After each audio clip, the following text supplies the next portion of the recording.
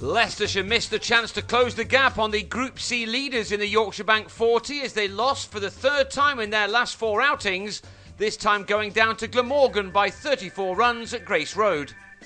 Leicestershire decided to have a bowl first, but immediately found themselves in a spot of bother. Nathan Buck's first delivery was clipped to the mid-wicket boundary by Will Bragg, who then turned the next one to the fine leg boundary, and that was off a front foot no ball, which now gave Bragg a free hit. And he made the maximum of that to take the total to 16 without loss after the first 2 balls of the match. It had to be uphill for the Foxes from that moment on, really.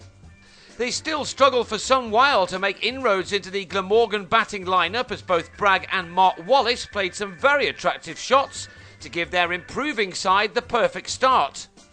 By the end of the 13th over, the Welshman already had 85 runs on the board, and at the start of the 14th, their captain Wallace made it to his 50.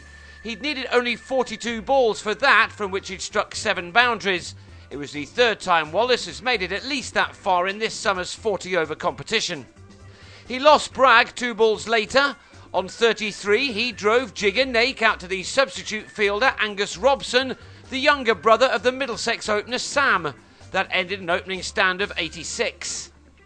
Nake struck for a second time soon afterwards as Wallace, like Bragg before him, went inside out, but this time he squeezed his shot to Ned Eckersley, who held on brilliantly to depart for 61. Rob Taylor then had Marcus North brilliantly held down the leg side by Niall O'Brien. A wicket was left the visitors on 131 for 3 midway through over number 23. To their credit, Glamorgan kept the runs coming at a good rate, with Chris Cook refusing to be tied down. His new partner Jim Allenby promised to haunt his former county again, as he did on this ground in the Championship last month. He deposited Nate for a 6 on his way to 26, and that's when he was run out, courtesy of a wonderful bit of fielding from the bowler Anthony Ireland, who collected, swivelled and hit to leave Glamorgan on 181 for 4 as they approached the final 10 overs. They were now looking for the established Cook to go on and make hay. He now moved to his third half century of this campaign, but then toe-ended a big hit off Buck and was held in the deep by Joe Burns for 55. But he had stuck around for long enough for the rest to have a real go. In trying for that, Graham Wagg was expertly yorked by Buck to the first ball he faced.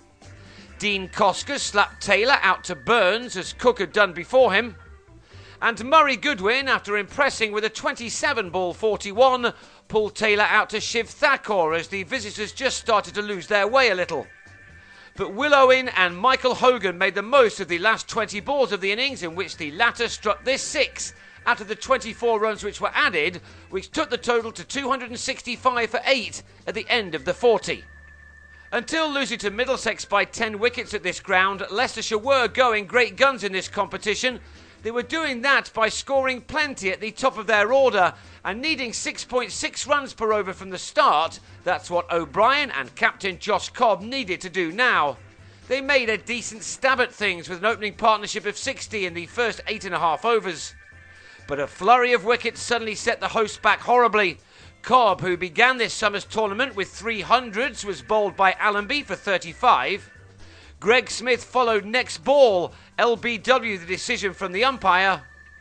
And 4 balls after that, O'Brien was also out as he nicked Hogan behind to Wallace. 3 wickets had fallen without a run being added. And that meant that Leicestershire had to start again. Only 11 runs came off the next 6 overs, and then Thakur, in trying to pick up the momentum, took on Cook for a second run, but was run out to leave with his side now in big trouble on 71 for 4.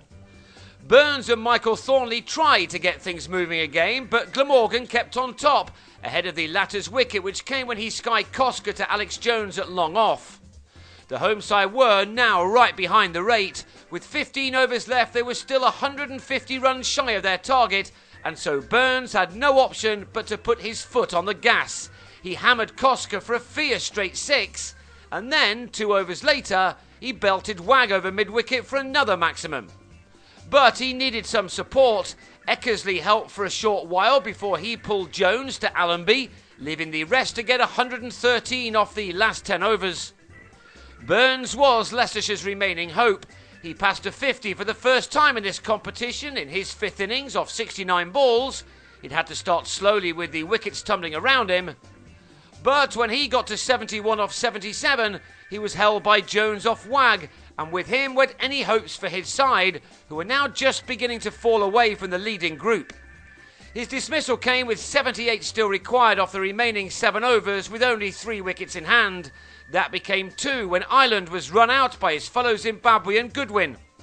Hogan then wrapped things up with 2 wickets in successive overs. He yorked Taylor for 22 and then produced a slower ball to Fox Nake. Hogan ended with figures of 3 for 38 as Leicestershire were all out with 1 ball remaining for 231. That meant a defeat by 34 runs and one which leaves the Foxes 3 points off top spot in Group C. Indeed, Glamorgan's win sees them leapfrog their opponents. They now sit in 3rd place with 9 points from 7 games, leaving them just 2 behind both Gloucestershire and Somerset, the second of those having played a game more. It's still tight near the top.